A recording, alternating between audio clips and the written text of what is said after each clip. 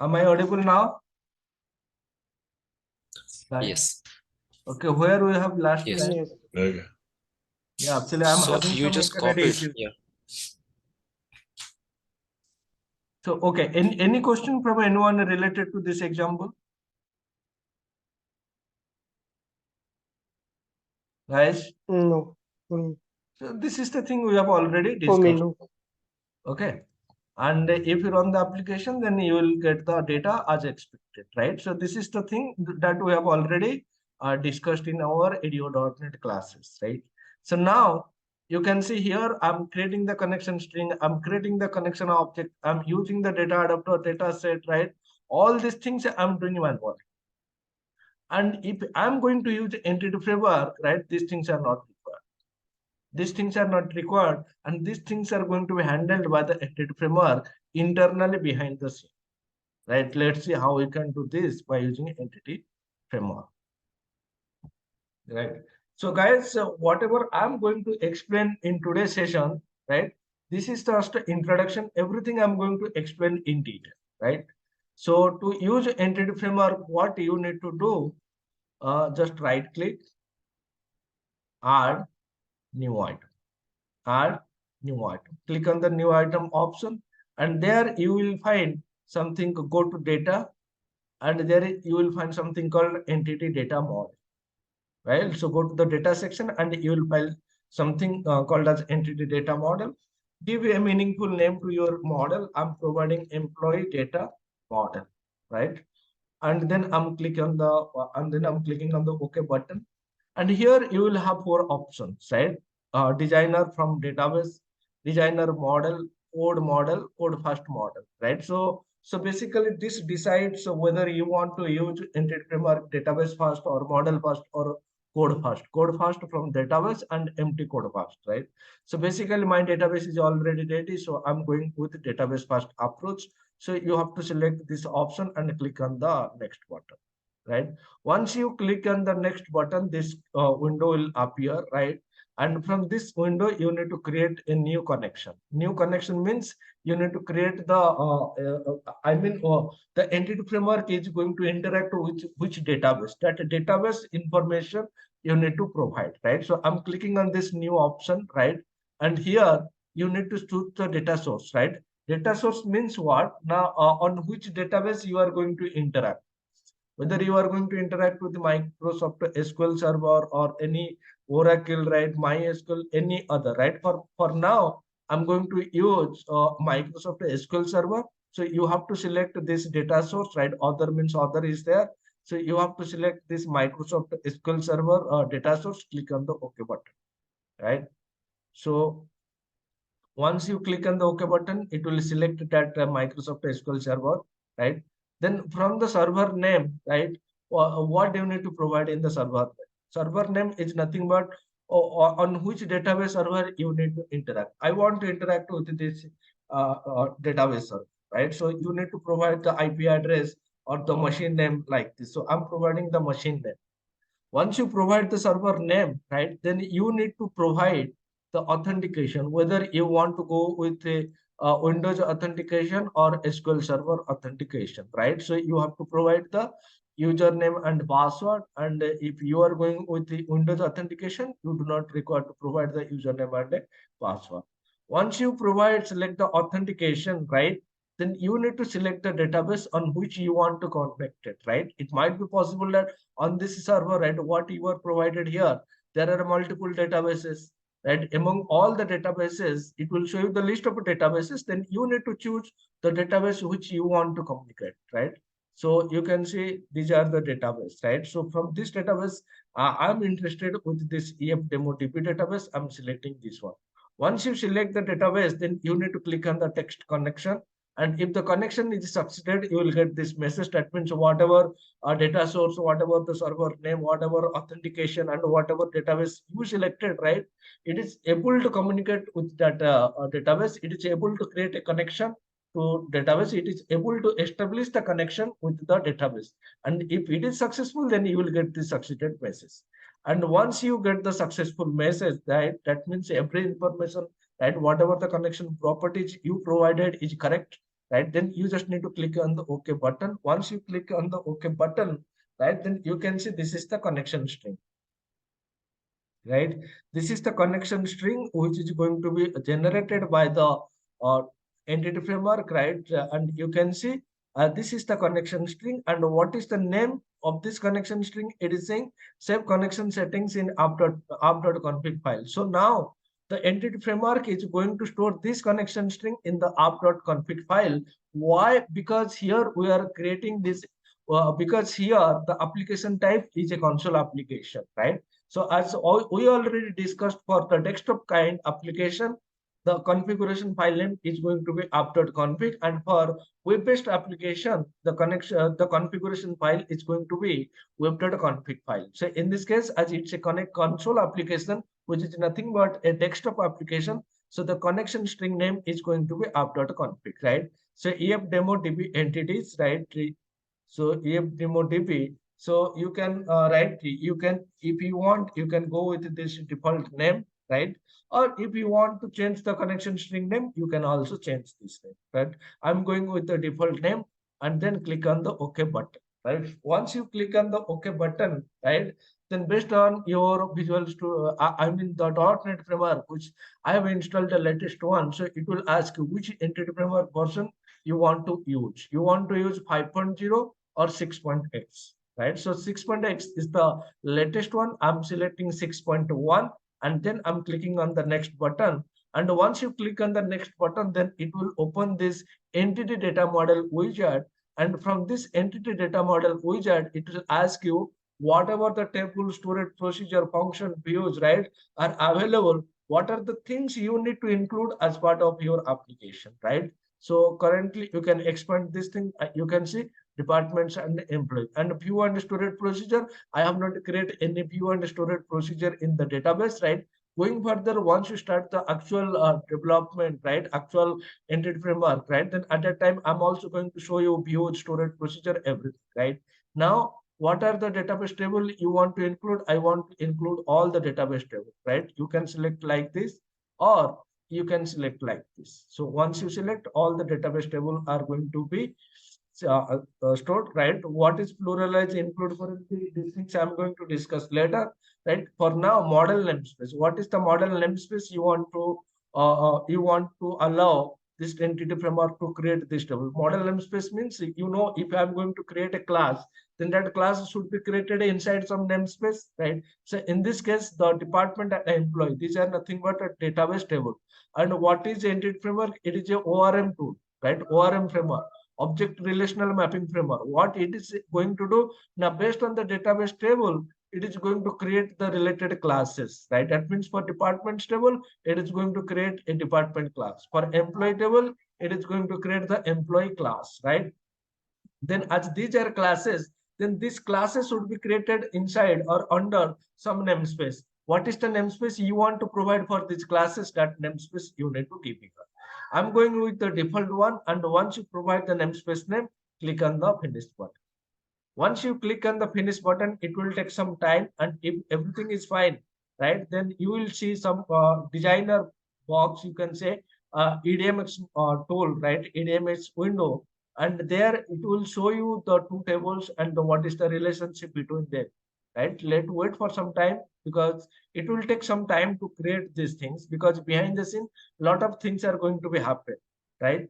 Let's wait for a few minutes till it is executing. You can see that cursor, it is still okay. Yeah, that's right. So it is, you can see this is my data model window, or you can say my ADMX file, or you can say this is my designer window, right? Once this designer window is created, save these things by pressing the Control X button, right? Once you save, then you are ready to go, right? And here you can see this is my department table, this is my employee table. In department table, how many columns are there? Right? So in the department table, you are having three columns: ID name and location, and that is what you can see, ID name and location, right? And for employee table, how many columns are there? Six columns are there, and you can see 1, 2, 3, 4, 5, 6 columns. And then, if you remember, we have made this a primary key foreign key relationship, right? This is my department ID, which is referring to the ID column of the department table, right? That means what? Now there is one-to-many relationship between department and employees table. What it means? It means one department having many employees, and here this department record, right? Suppose I'm creating one object of a department, IT. So for this particular ID value one, you might be store many employees in the employees table. That means there is one-to-many relationship. But coming to this employees table, for a particular employee, that particular employee belongs to a single department. That means there is some the navigation property. So whenever you are implementing the primary key and foreign key relationship, so in this case, in the departments table, it will create a collection property of employee type, and in the employee class, it is create a single object of department type, because for okay, and that is what now one department having one-to-many relationship between department to employee, and from employee to department there is one-to-one. For each employee there is a department, but for each department there is many employees. That is what you can see here. Navigation property, here it is saying employees. You can say name is capitalized with S keyword. Employees means one department having many employees, and here you can see it is not capitalized with the S, it is department, right? What it means? It means a particular employee belongs to a particular department, right? And that's it. Your TDMX file is ready, right? Then you can check this thing, right? So this is your ADMX file, right? Entity data model, some TT file is generated, right? What is this TT file? This is T4 template, right? T4 file. And this TT file based on your XML, right? Going further, I will show you. Whenever you run this TT file, right? Say run custom tool, right? Then these things, right? The entity context class is going to be created. Department class is going to be created. Employee class is going to be created, right? So here you need to keep focus on three things, right? One is department.cs, right? You can see this is my department class, right? So in this case, this is my department class, and you can see on what is the name in employee data model, because this is the name what we have provided while creating the uh, model namespace, right? So inside this, you can see this is my department class. It's a partial class. What is a partial class? Means a class whose definition is split into multiple files. We have already discussed in our OOPS concept. And at that time, I have told you, I will show you the real-time use cases of partial classes, right? So this is the department class, and this class is created based on your department database tables, right? So here it is having one constructor. It is here having three different properties. You can say ID name and location, ID name and location, and it is here having a collection properties, right, which is nothing but your employee type. And this is my employee database table. Here you can see these are the properties based on the database, and these properties is nothing but your foreign key property, right? Foreign key means what is the foreign key table name, right? That information it is provided here. And here you can see this is virtual and this is the department. That means when one employee belongs to a single department, you can access that department information from these properties, right? And here you can see a particular department having many employees, right? These collections are automatically created by the entity framework, and this is because only possible because of this foreign key relationship, right? If you remove this foreign key here, right, then it is going to create this department table independently with three properties and employee table independently with these six properties, right? And these are the department table and this is your employee table. And apart from these two things, again, guys, so whatever I'm explaining, these things I'm going to explain in detail, right? This is just an introduction. I'm just going to tell you what this entity framework from the high level point of view, right? And here you can see this code was generated from a template, right? So template means you can see this TT file, what you are seeing, this is nothing but your template file. And this TT file, right, generate this code. And what is saying, manual changes to this file may cause unexpected behavior, right? So a manual changes means what? You can change this file. You can remove this property, no issue. You can remove this property, but you can add some new properties into this file. But this is not suggested. What was suggested, right? Suppose I change this file. I update this employee gender property, right? And later, right? Later, when I'm going to update this model, right, update model from database, right, then you can see what is the file we have changed, which file we have changed, employee, right? So you can see update model from database. So database view employee, and I'm just finishing, right? So what exactly it means, generating model, right? Now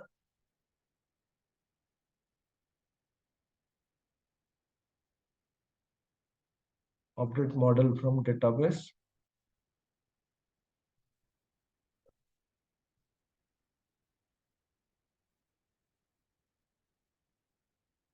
right?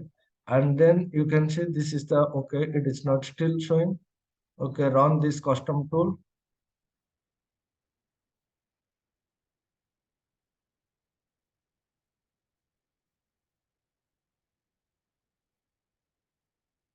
See, once I run this custom tool, right, you can see the whatever manually I have done the changes, right, those are again gone, right? So don't do any manual changes to your existing code, right? So you can see this is the save. Once you save this, then these are going to be affected, right? So you can update the model from here, or you can just right click and run TT file, and that is also going to affect, right? So this is how it is going to work. And here you can see this is the important class, right? So entity framework heart, you can consider this class. So this is the context class, right? You can see if demo DB entities, this is a class which is inherited from the DB context class. And this DB context class is, it takes the responsibility of doing everything, right? Takes the responsibility of doing everything means it is responsible for communicating with the database, and it is responsible for performing the database CRUD operation. And this DB context class having one parameter constructor, and this parameter okay, one constructor which expect the name or a connection string. Name means you have to provide it the database name, or you have to provide the connection string, right? So in this case, I'm providing the name equals to EM demo, EF demo DB entities. And if you go to the and in this case, this is nothing but your connection string, right? So if you go to the app config file, right, then you will see that the entity framework create one connection string with the name EFDemo DB entities, and this connection string I'm passing here to the constructor of this DB context class, and then based on this connection string, he is going to do all the things internally, right? And here this is on model creating. I will tell this thing later, right? This is nothing but your Fluent API. If you want to share your database, right, then in that case it is going to use, right? We'll discuss this thing in detail. And here you can see it is having two DB set of department property, and one is DB set of employee property. And this is now going to be your entities, right? This is one entity, and this is another entity. And whenever a model class, right, is represented in the DB context class using the DB set property, then you can say that model is nothing but one entity. Entity means it's a class, right? So, and here department is an entity and employee is an entity, and they are only become entity when they have used as a DB set property in the entities. I mean this class, right? This is nothing but your context class, right? Now using this context class, you can access this department and employees means you can access the department database table data, employee database table data. Again, we are going to testing in detail in our coming session, right? So now what you can do is, right now you need to remove all these things, right? Now you do not record these things, right? So simply what you can do, you can directly use your context class to access the data, right? Let me show you how you can do these things, right? So this is nothing but your context class name. You can see what is my context class name, EF demo DB entities. This is my context class name. And here I'm using some namespaces. You have to include what is the namespace using system.linq, right? I'm using system.collections dot generics.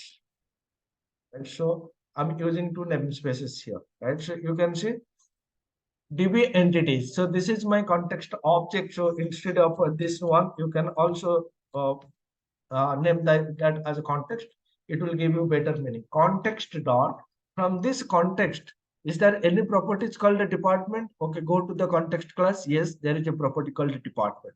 What this department is going to return? It is going to return the DB set of department. DB set of department means this property is going to return all the data that are stored in the departments table in the data house. So inside this departments table, whatever data is stored, all those data are going to return by this department's property, right? So here I'm returning all those departments data and I'm using this toList method. And as I mentioned, right, this entity framework is dealing with .NET object, right? So in this case, it is going to return the data in the form of a .NET object, right? In this case, it is going to convert that DB set of departments into your list of a department, and you can see I'm storing those department inside a collection list of a department. And here you can see I'm not writing a single line of a SQL statement, right? I'm not writing any connection object. I'm not creating any command. I'm not specifying any select command update insert. Nothing is specified. Simply context dot departments, it will return you the list of a department. Right? Once you get the list of a department, then you can look through this department list, right? And you can print the department name and location. And then from this department table, right, inside this department table, right, list of a department means inside this department table, there is a property called employees.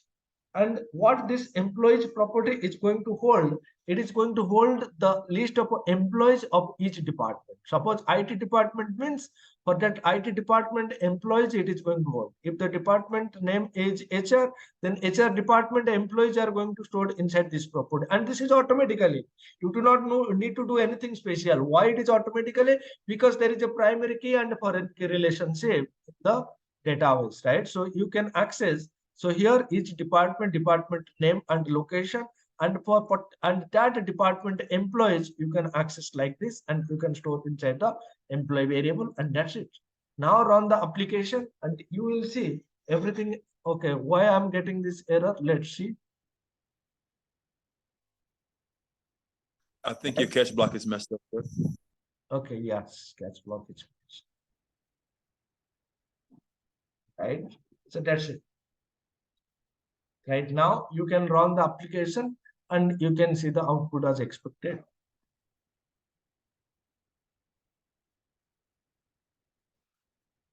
Right, so you are getting the data as expected, right? So using this entity framework, right, not only you can select the data, you can also insert, update, delete, you can also use storage procedure, you can also use functions, you can also use your views, everything you can access and you can do whatever you want, right?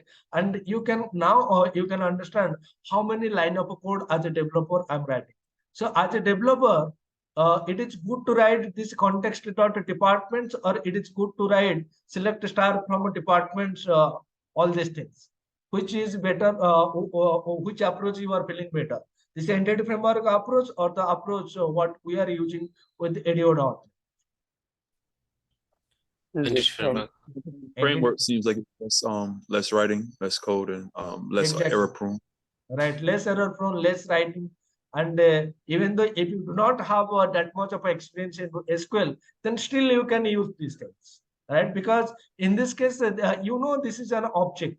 You know this is one property. How you can make sure that if you go to this class, right? This is a class and this is a property. And if you know that this property is going to return me all the departments data from the database, that's it. And here you can access this, and whenever you need all the department, you just need to call this department's property on the context object. And now you want to convert that to a list. Yeah, you can convert. You can you want to convert that to an array. You can convert, right? And we know already what is toList, to array, to dictionary methods, right? And then you know this thing, how to look through a collection. You can use the for each loop. And this property, right? Departments, right? This department property, right? If you go to this class department, and this class having also collection property. Then and this collection property is for each department, right? So you can access each department like this. And even if you are not interested with this, and if you are only interested with the list of a department, then also you can access like this, right? Suppose I'm interested only the employees list. Then what is the, okay, tell me how you can access all the employees. So if you go to the context class, is there any property which is returning me the DB set of an employee? Yes. Yes. The property name is employee. So what you need to do, you just need to write, so context dot employees, and you want to convert that to a list. Yes. You can call this to list method, right? So this will return me the list of employees, and then I can look through this list of employees, right? So you can look through this, and here you can write. So what you can write like this. So item dot. So what is the name? Email. Want to print email? Yes, I want to print email. I want to print the name. Yes, you can also print the name. And inside this department, right, there is a property called a department. You want to print that department information? Yes, I want to print that department information, right? And I just want to give a space, right? So department, right? What is the department name and location that you want to print? Yes, I want to print. So go to this DB, so this is nothing but your list of employees, right? So this is nothing but list of employee, right? So go to this employee class. Yes, there is a property called a department, and inside this department you can access the department properties. Okay, so what is the property name? IT dot department, and inside this department what you want to access? I want to access name, and I want to access the location, right? So again you have to write like this, right? So ID name and a location, right? So you can access like this. Now you can comment these things, right? If this is required, that is fine. If you don't require, that is also fine. Right now you can comment this and you can run the application, and now you can see all the employees and their respective department, right? So this is the employee name and its department like this. So here, whenever you are accessing the employees, this employee object having one-to-one relationship with the department, because one employee cannot belongs to a multiple department. One employee means one department. But here there is a one-to-many relationship. Why? Because one department having many employees. So this is the reason why. So primary key and foreign key relationship meaning is this. Whenever you are making this as a foreign key, right, then that foreign key should pointing to a unique key in the unique key table, right? So in this case, this is ID, and you can store multiple IDs, multiple elements, right, multiple records with the same ID. That means this ID having many employees. But here, a particular employee means having a particular department ID. That means one employee having one-to-one relationship with the department, but the department having one-to-many relationship with the employees. And this is, we already know from our database point of view. And the same thing is applicable here also. So whenever you are making the primary key and the foreign key relationship, right, then based on the primary key and foreign key relationship, it is going to also create the respective navigation properties, right? Is that clear? Yes, very clear, sir. Thank you. Right. So why entity framework in .NET application, right? Entity framework. I have a, Sorry, sorry. anyone saying anything? So I was just gonna ask, our entity framework is it I don't know if you covered this, but is it performance wise, is it better than ADO.NET using No, rather no, than using no. Performance wise, it is not better than ADO.NET. From if you are going to develop a performance based application, right? See, if ADO.NET, right, is definitely going to give you better performance than entity framework, and but the performance is minimizable, right? 1920 you can consider, right? Yes, ADO.NET giving you better performance, little better performance than ADO.NET, because if you are, see, nothing is free in this world. If you are thinking that I'm not going to do anything, everything is going to done by the framework, means internally he is implementing some mechanism to do this thing, and that will definitely going to take some time. And this is the reason why whenever you are developing a data centric, data heavy application, then people are not preferring entity framework. They are still preferring ADO.NET, because ADO.NET is going to give you better performance comparing to this entity framework. So with the heavy load data, processing heavy data, is better to use ADO.NET over entity framework. Is that what you're saying? Did I hear that Yes, correctly? yes. Huh, okay, okay. I thought the opposite was true. Thank you. I appreciate that. Okay.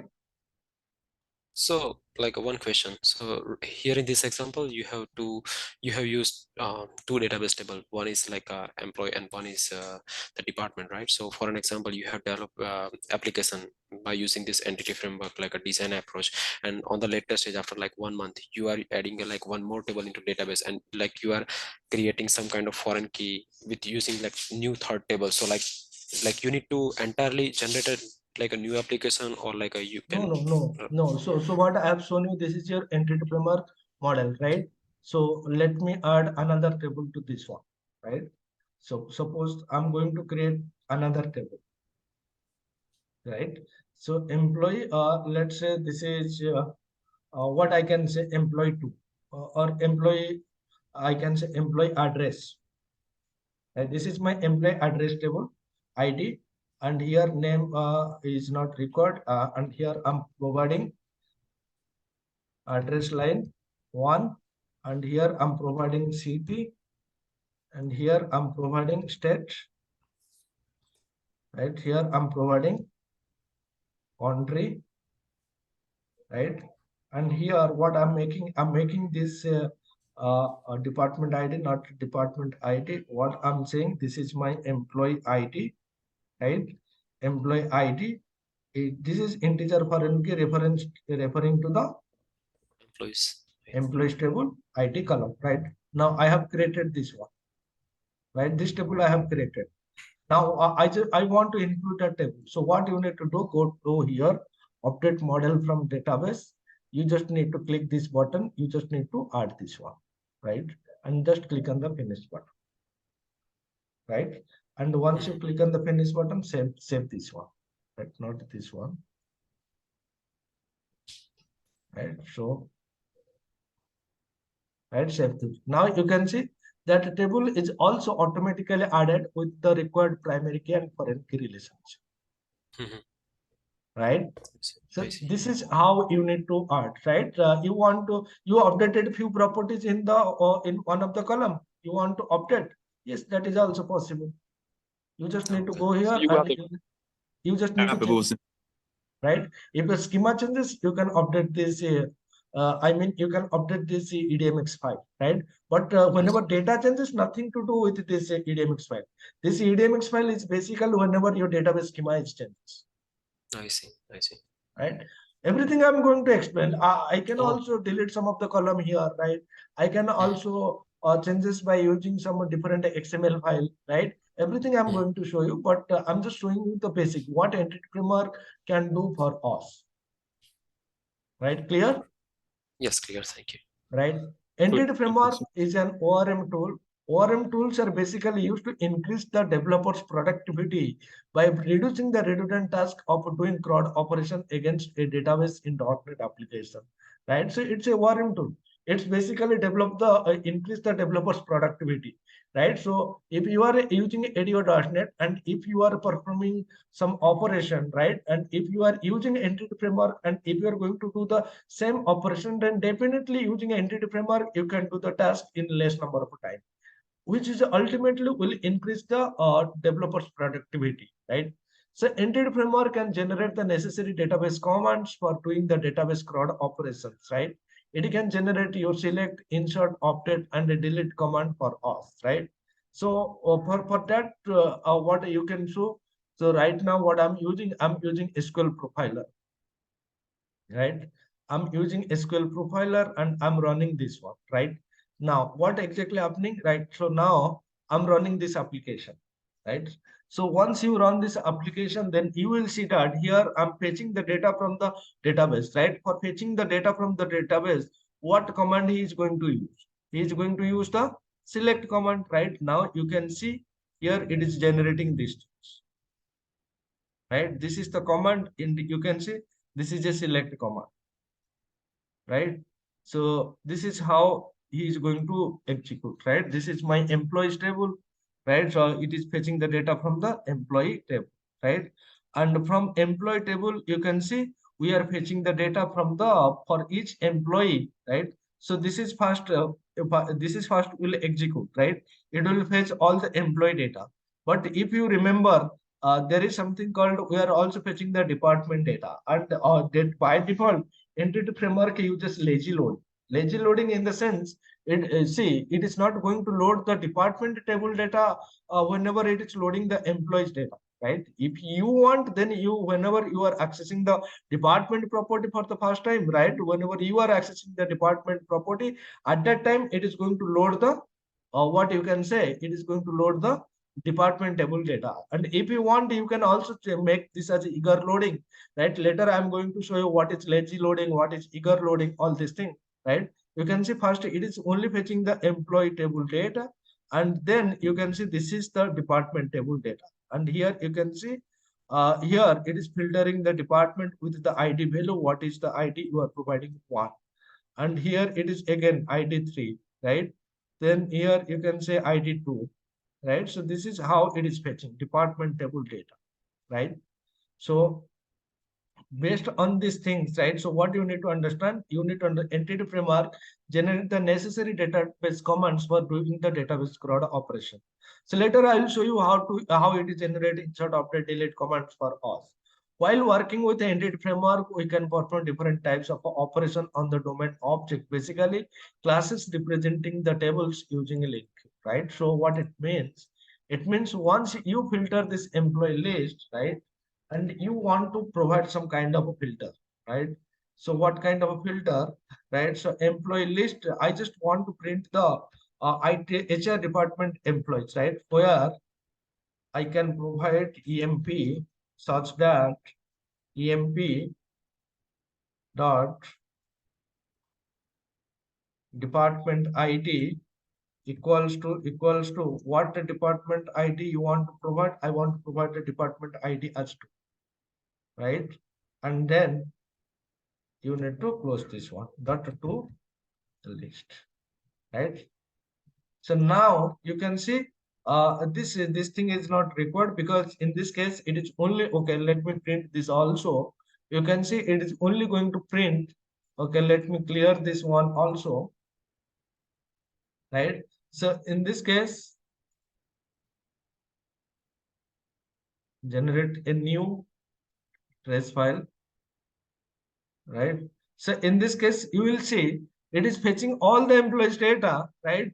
Then it is filtering this data at the on the .NET only, right? So in this case, in memory, right? So run the application and you will see only the HR department data. Right now comes to here, and this is my select query, and you will find only one select query to fetch the HR department data, right? And these things are happening, right, using the LINQ query. So here I'm using the LINQ query to do all these things, right? So if you are using entity framework, then you can do the operation on the on the domain object, or you can say entities in memory using the LINQ. Entity framework will generate and execute the SQL command in the database, then store the result in the instance of your domain object so that you can do different types of operations. So in this case, the LINQ query is executed, right? In this case, LINQ query is generated and executed on the database, retrieve the data. Once the data is retrieved, it is going to store the data inside this domain object. And this is possible because of entity framework.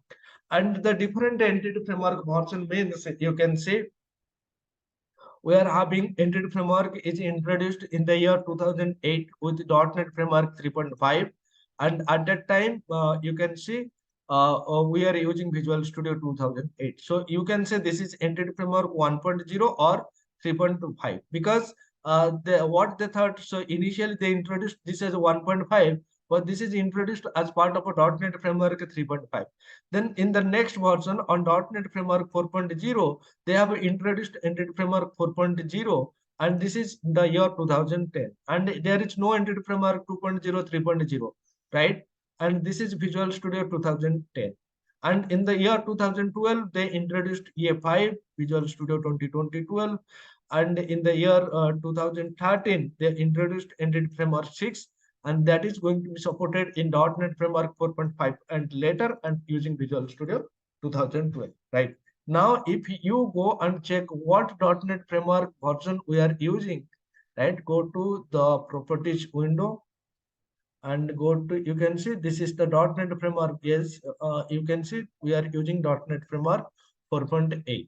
As we are using .NET Framework 4.8, so we can use Entity Framework 6, right? So if you go to the package config, right? So what version of Entity Framework we are using? We are using 6.2.0, which is the target .NET Framework 4.8. So this is nothing but your target .NET Framework, which is 4.8. This is nothing but your Entity Framework version, which is 6.2.0, which is the latest one. Clear, guys? Yes. So Then we have sorry, go ahead.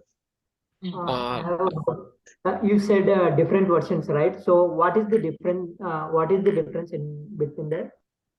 So different version in the sense you can find some advanced features, right? As we are progressing in this course, right?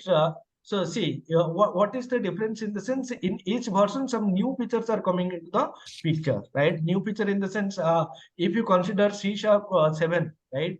C# 8, C# 9, C# 10, that means in each version, they are introducing some new concept, new features, which you can only applicable to that version or the later one, right? And similarly, some new features which are introduced in .NET Framework 6.2, and that you cannot use with the .NET Framework 5.0. And what are the new features they have introduced? As we progress in this course, I will tell you, this is the feature which you can use with the .NET Framework, with the Entity Framework 6.2. You cannot use this feature in Entity Framework 5.0 or any lower version. So new version means only some additional features. Okay. Right? And this is the reason why I'm targeting this, the latest one, so that I can use all the features, whatever available. Okay. Any more? Next question.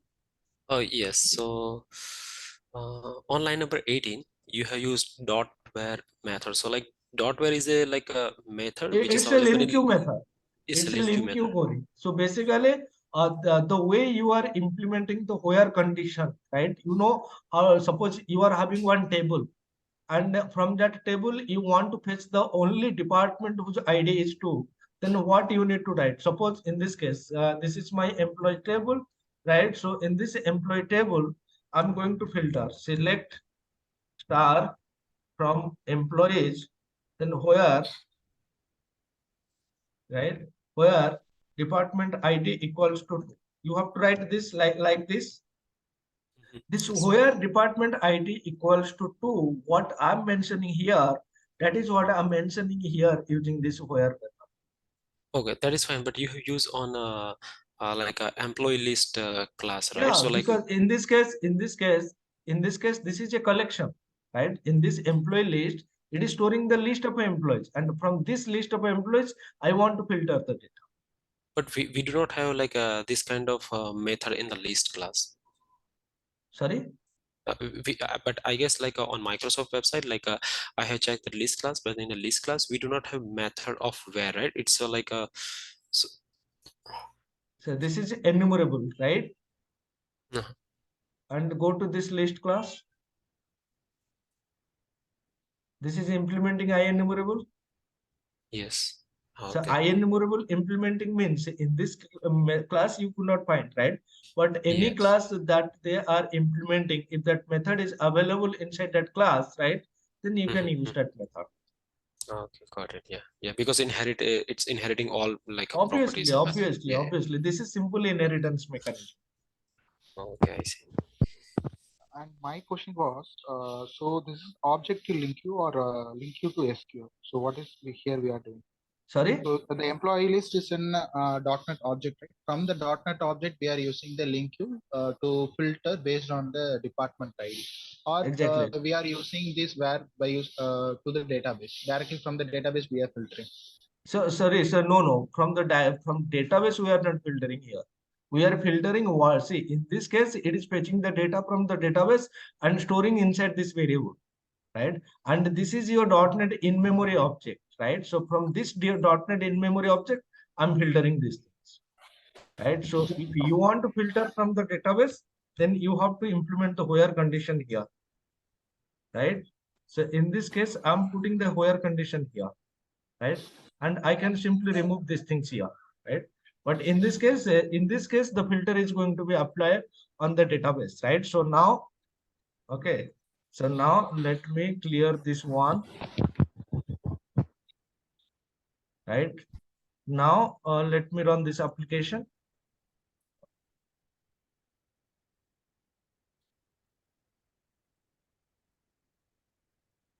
Right now you can see the select condition here. Now it is applying the condition, right, where department ID is true at the database level, right? So basically, if you are implementing this here, then it is going to be executed on the database.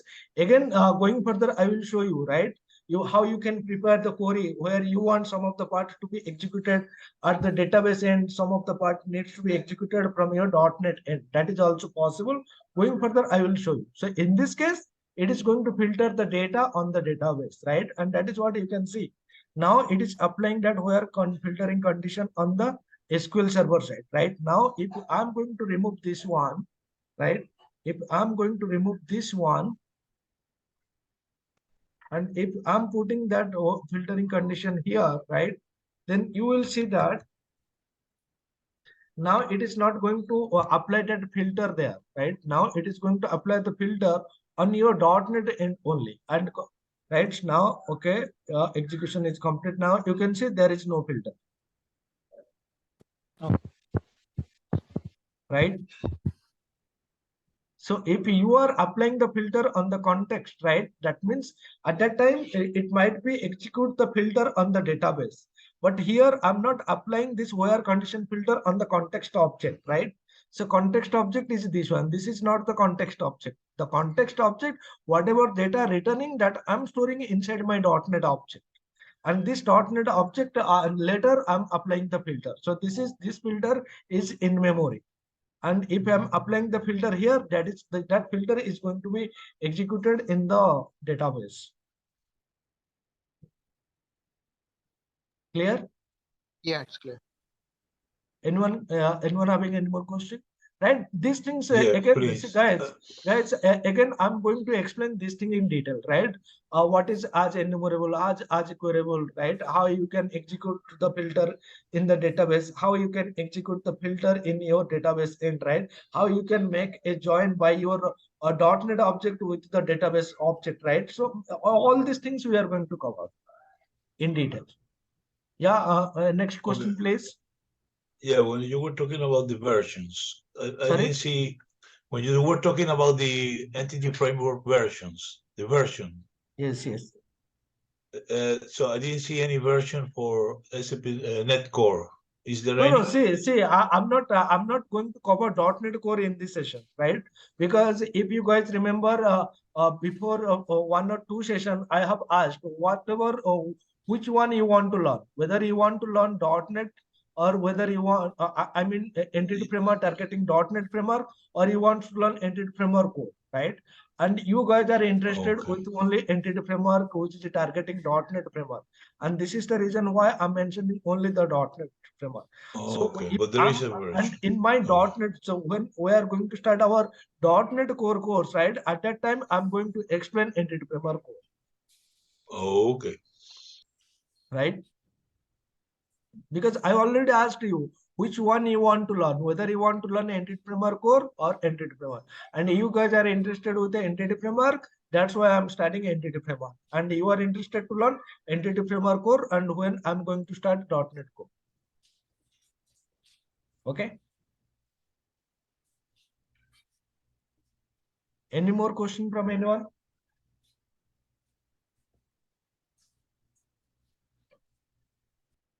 Guys?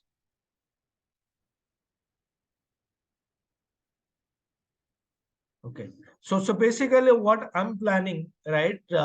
A few basic concept I'm going to cover tomorrow, right? So few basic concept I'm going to cover tomorrow, like what is context class, what are entities, type of entities, entity state, and development approaches. And mostly I will cover this 5 chapter tomorrow. And from day after tomorrow, I'm going to start database first approach. Then I will cover code first approach, right? So this is how I'm planning, and why I'm mentioning these things separately, because these are the things which is common for irrespective of the approaches, right? Whether you need to go with a database first, code first, or a model first, right? These are the common things, right? Common things means before starting the actual database first approach or a code first approach, we need to understand this, right? And once you understand these things, then you will find it easily, right? So that's it for today. Tomorrow we are going to start these things. Any question from anyone? From my No. Okay. Okay. Thank you guys. Okay, have a good night. Good day. okay, Thank bye. you. Have a good day. Bye bye.